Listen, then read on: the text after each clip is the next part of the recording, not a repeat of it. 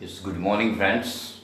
I'm Sunil Desai and welcome to Galaxy Online Learning, a division of Galaxy Tutorials. And friends, before starting the new chapter, I would like to remind you, for those who have not yet subscribed, please subscribe to our channel Galaxy Online Learning and press the bell icon so that you can get notifications of all the new videos which we are uploading daily. Okay, so that will help you in your studies. And today we are going to study for 10th SSC. I am talking about. We will study the subject English from your Kumar Bharati's textbook, chapter number 1.6. That's the name of the chapter is Alchemy of Nature. Now this lesson is written by Raksha Bharania. Okay, in this chapter now we'll see this is a small essay. Okay, and we'll see about the alchemy of nature, the magical things which are happening in nature. Okay, something amazing things happen in nature. If you observe nature, and you will really like it. She has observed it and she has written it in a short essay. Okay, so let us see what she has written. So first she starts with a poem written by William Blake. To see a world in a grain of sand and heaven in a wildflower, hold infinity in the palm of your hand and eternity in an hour. Okay. That means something as tiny as a grain of sand can spark off an idea or imagination of a huge significance to the world. Means the poet says here that a small idea, sometimes a small idea which comes to mind of some human being or some person, what happens? It leads to an invention. It leads to something that can be of very much importance. It's a very small idea, but it may become very important to the whole humankind or to the whole world. One can witness and experience the beauty of heaven in something as small as wildflower and derive joy forever. The poet says that even in a wildflower, a flower just blooming in the wild, the beauty of that flower can tell you about the beauty of heaven. Can describe about the heaven. Okay, so you can witness or experience what beauty must be there in heaven by just observing a flower, a wild flower. Only one should have the eyes and time to read, but to observe, to experience that beauty, you should have the time and the eyes to observe it. Means you should have that type of an attitude. Okay, you should have an attitude, you should have the time, you should have those eyes to observe it. Infinity is endlessness. Infinity means what? There's no ending, space is no ending, it's just going on and on, infinity.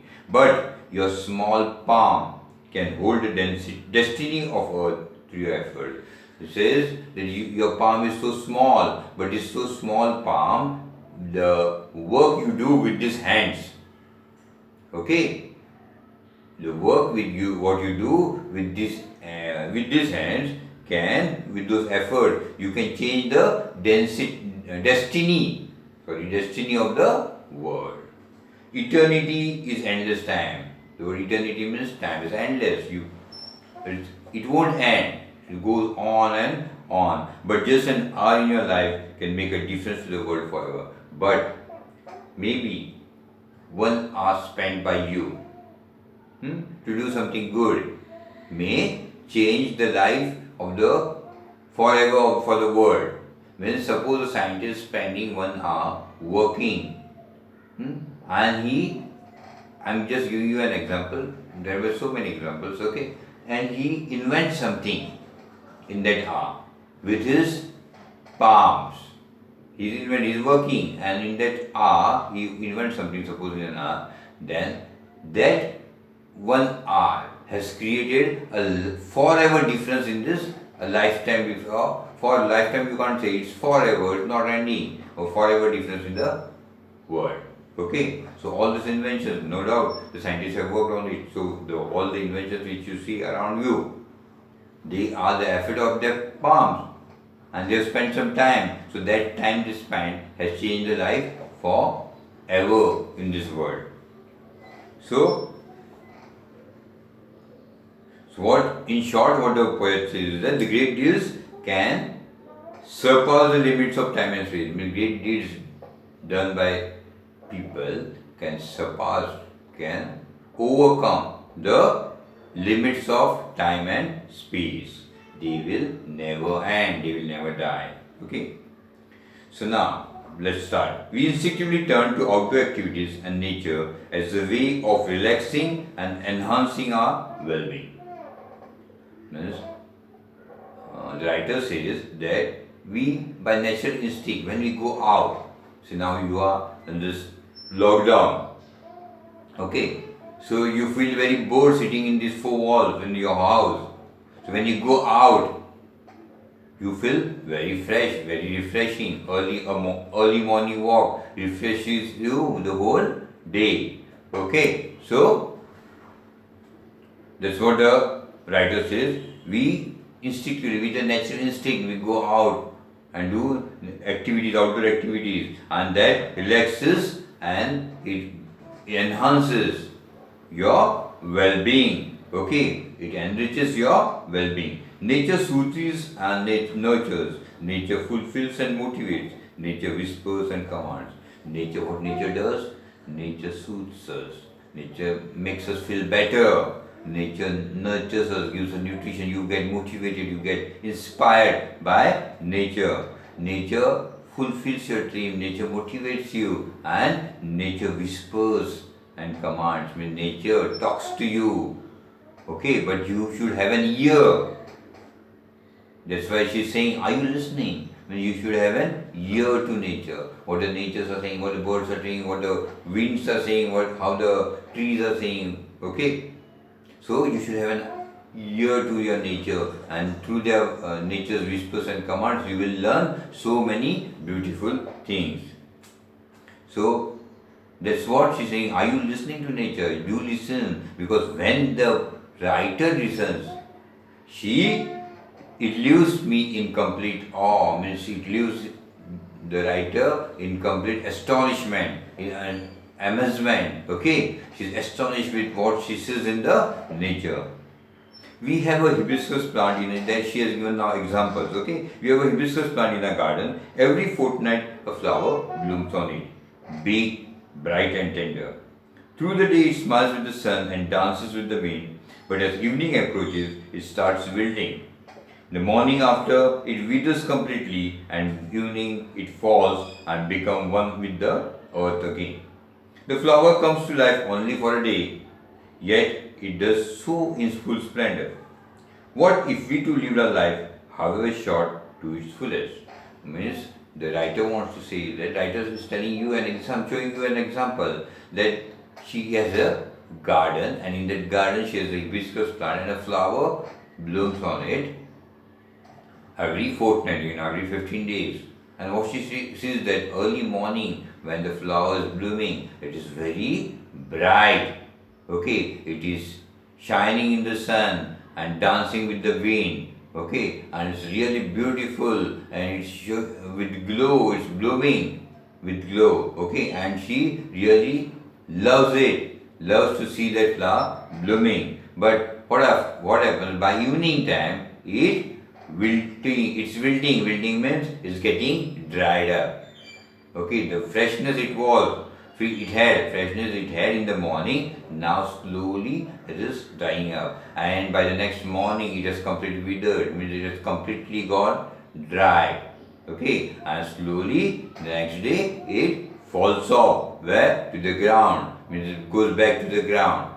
So, what the writer wants to say is that the flower has a life of only one day. The flower is living only for one day, it has a life of one day, but that one day of life, it gives happiness to others. It itself is fully, it itself is, what it is doing, it is flowering in such a way with all its splendor, with all its glow, with all its charm, that it's enjoying itself, the life of it, as well as it is making others happy. Okay, people who see those flowers feel fresh, they get freshen up. Okay, they enjoy that nature. So That's what the writer is saying, that if a flower whose life is just one day can glow with such a splendor, then why can't we? We are here for so many years. We don't have a life of one day. We are here, going to be here for so many years. Then why won't we live our life to a fullest? Why we always keep on crying? Why we keep on complaining? I don't have this, I don't have that. In fact, what you have, you enjoy it. The writer wants to say, enjoy it to your fullest, whatever you have. Because there are many people who don't have what you are having. So don't compare with people and say that you don't have, that person is having this and I don't have this. Instead, what you have, enjoy it to your fullest. We went to a rocky beach. Now second example, see. We went to a rocky beach and saw the spread of the majestic ocean and the rocks alongside, carved, sculpted and shaped by the water. Water is so gentle, rocks so hard, yet as the water flows over it every day, for years the rock gives in. It takes the shape that the water commands. Our problems are so colossal and we are so small, yet if we persist. So now this is the second example. What the writer says is that, she says that, see, once she had been to a rocky beach and what she saw over there was that there was a long spread ocean in front of her, huge ocean in front of her, and majestic she calls it, and there were rocks alongside the beach. Water was flowing through this over this rock, and this, because of the rocks flowing, because of the water flowing on the rocks have been carved, been sculpted. Okay. Now she says that water, if you see, is very gentle. You can press it, you can touch it, press it, you can dip into it. Okay. But can you dip into a rock? No. Rocks are hard. But water being so gentle, since it's continuously falling, it doesn't give up, it's slowly flowing on the rocks, it gives them different shapes. It sculpts them. So that's what she said, the rocks give in to the water and behave, and they obey the commands of the water, that she wants to say. That means water can change the shape of the rock according to its will. Then we have so many colossal means huge problems. We feel the problems which we face are very, very big, very huge. That's what we feel, and we think we are very small to face this problem.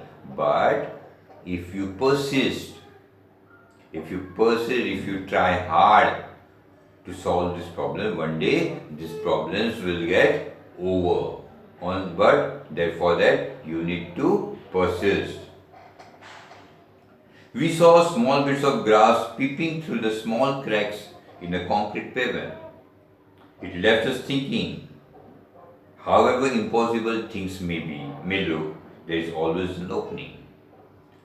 One more example she gives. Many a times you see, while you walk on the road, on the concrete pavement or on the road, you see through the cracks, grass is growing. Or even if you see on the walls of a building, you see plants coming up from the walls, though it's a concrete one.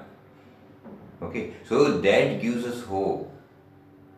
That also tells us that nothing is impossible. If a grass can grow through the concrete, if a plant can come out through the wall, okay, to the opening of a wall, why can't you see openings in the troubled times?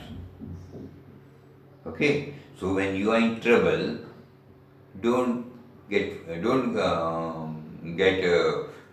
what you call, you don't have to fear. You don't have to get sad. Okay, if you are in trouble, there is always an opening. Okay. We saw a tree bare of all leaves in the cold winter months. We thought its chapter was over. But 3 months passed, spring set in, and the tree was back in its green majesty once again, full of leaves, flowers, birds, and life. What if we too had the conviction that however difficult things are right now, it will not remain so forever. Remember, this too shall pass. Okay. Now she is giving another example, the fourth example of a tree which she has seen, which has shed all its leaves. It's a winter time, and during winters, autumn time, winter time, what happens? Most of the trees shed their leaves. Okay, so the tree has shed all the leaves, so it looks as if the tree has dried up. So writer thought that we feel that now the tree has, the chapter of the tree is over. Chapter was over means the tree has died. Its end has come near. But no, what you see after 3 months, when the spring sets in, the same tree, new leaves have grown, flowers coming up, birds singing on their branches, life coming up, the tree becoming lively again. That is what the writer wants to tell you, that now you must be facing a lot of problems. There will be a lot of problems in your life right now, but don't give up. Wait. Okay, have patience. Time will come when again you will be back to your glory. Okay, again the past will come. Again you will have some good times. These bad times will go and good times will come back. Okay. So we saw an army, one more example, we saw an army of ants lugging a fly which was at least 10 times the ant size. The ants organized themselves around the fly, lifted it on frail feelers, and carried it to quite a distance. Their teamwork and perseverance were impressive. What if we too are consistent, organized, focused? Okay, here's an example of ants. You see ants moving together. Ants don't move alone. They always are together. They have a social life. So she one day what she says that the ant, they are lugging, means pulling up a fly which is 10 times more than the size. Okay, everyone, all these ants have come together. They have made a ball. They are surrounded with they have surrounded the fly, and with their legs, with their frail feelers, means weak legs. Frail feelers means weak legs. They have lifted that what fly, and they are pulling it, okay, towards their home, who the ants. Okay, so that's what she's saying. If the ant can show so much of organized way, they consistently, they can show the perseverance, means they have to do that work and they are going to do it, they are persisting. Okay, continuously they are pulling it, they are not stopping, they are not leaving the job undone, they are going with that job. That's where perseverance comes. Okay, perseverance means constant efforts. They are pulling it, they are not stopping. Perseverance comes. So they are persevering. Their main objective is to take the flight to their home. So they are pulling it on, all of them together. Okay, in an organized way. They are consistent and they are focused. If we too can become as consistent, as focused, as organized as these ants, if we human beings like this, we can overcome all trouble. We can overcome all the trouble coming in between, all the difficult things, and we can be successful. Okay. Spider's web are delicate yet very strong. You have seen the spider web. Okay, they are delicate. You can just break it up, but at the same time, they are strong. Means they catch the flies moving around so that they can get food, the spiders can get food.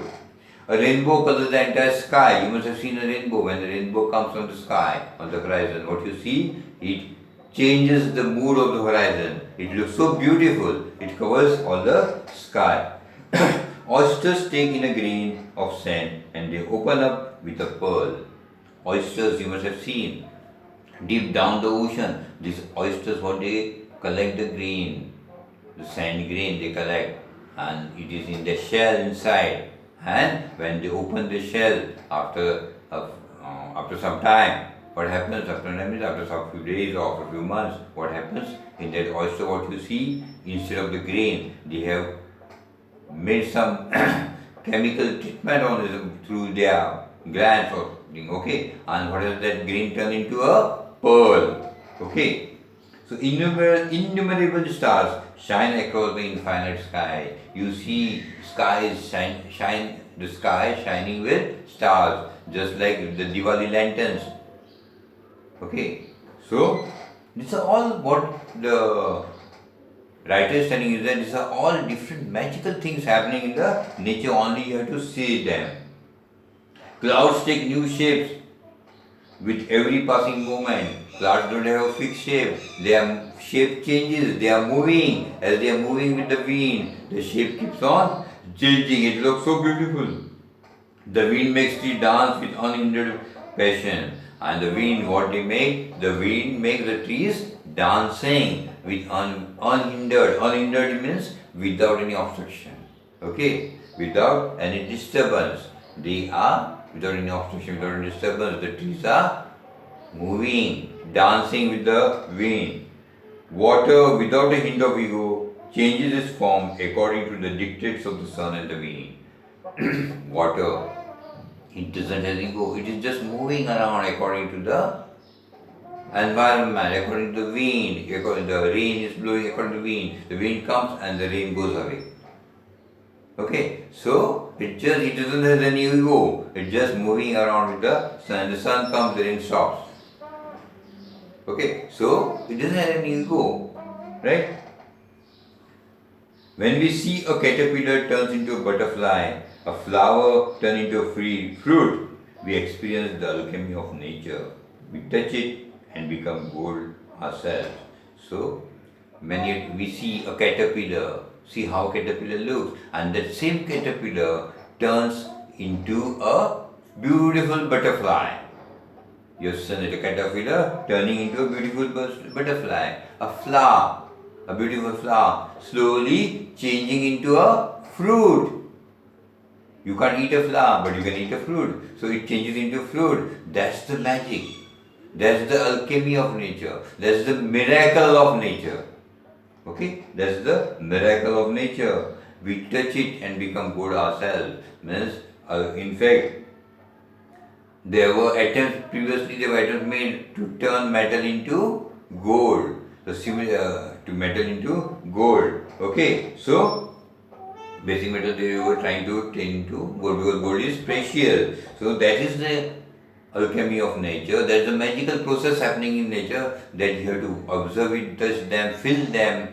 Okay, and you will feel that you have got eternity, you have got something really surprising. Okay, surprisingly good you have got. Okay, you have turned yourself, you have turned into gold. That's what the writer wants to tell you this lesson. Okay, thank you.